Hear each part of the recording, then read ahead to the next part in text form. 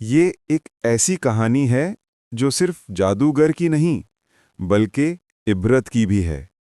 یہ کہانی ہے سامری جادوگر کی جس نے اللہ کے نبی حضرت موسیٰ علیہ السلام کو دھوکہ دینے کی کوشش کی۔ بنی اسرائیل کا ایک آدمی تھا، نام تھا سامری۔ وہ بچپن سے ہی ذہین مگر چالاک اور خود پسند انسان تھا۔ اسے لگا کہ وہ سب سے زیادہ علم رکھتا ہے، مگر دراصل وہ گمراہی میں ڈوب رہا تھا۔ جب حضرت جبرائیل علیہ السلام نازل ہوئے اور ان کے گھوڑے کے قدم زمین پر پڑے تو وہاں سبزہ اگایا۔ سامری نے وہ مٹی چرا لی اور اپنے دل میں سوچا کہ اس مٹی میں کوئی جادوئی طاقت ہے۔ پھر وقت آیا جب حضرت موسیٰ علیہ السلام کوہ طور پر گئے تاکہ اللہ سے ہم کلام ہوں۔ قوم پیچھے رہ گئی اور وہی لمحہ تھا جب سامری نے فریب کا جال بنا۔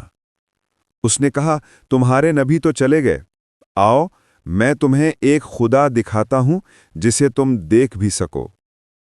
پھر اس نے سونا پگھلا کر ایک سنہری بچڑا بنایا، اس میں وہی مٹی ڈال دی اور اچانک بچڑے نے آواز نکالی۔ لوگ حیران رہ گئے، کئی لوگ جھکنے لگے، عبادت کرنے لگے۔ یہ سب سامری کا جادو تھا۔ جب حضرت موسیٰ علیہ السلام واپس آئے تو انہوں نے قوم کو بچڑے کے سامنے جھکتے دیکھا۔ ان کے چہرے پر غصہ، دل میں آگ تھی۔ انہوں نے پکارا، اے سامری، یہ تو نے کیا کر دیا؟ سامری بولا، میں نے وہ دیکھا جو دوسروں نے نہیں دیکھا۔ میں نے جبرائیل کے گھوڑے کے قدموں کی مٹی لی اور اسے ڈال دیا۔ حضرت موسیٰ علیہ السلام نے فرمایا، اب تو دنیا میں کہتا پھرے گا لا مساس، یعنی کوئی تجھ سے نہ چھوئے گا اور تو کسی کو نہ چھو سکے گا۔ لا مساس، لا مساس۔ اللہ نے اسے ایسی بیماری میں مبتلا کر دیا کہ جو بھی اس کے قریب آتا وہ چیخ اٹھتا، مجھے مت چھوؤ، مجھے مت چھوؤ۔ یوں وہ تنہا رہ گیا، بیابانوں میں، گمراہی اور بیماری کے اندھیروں میں۔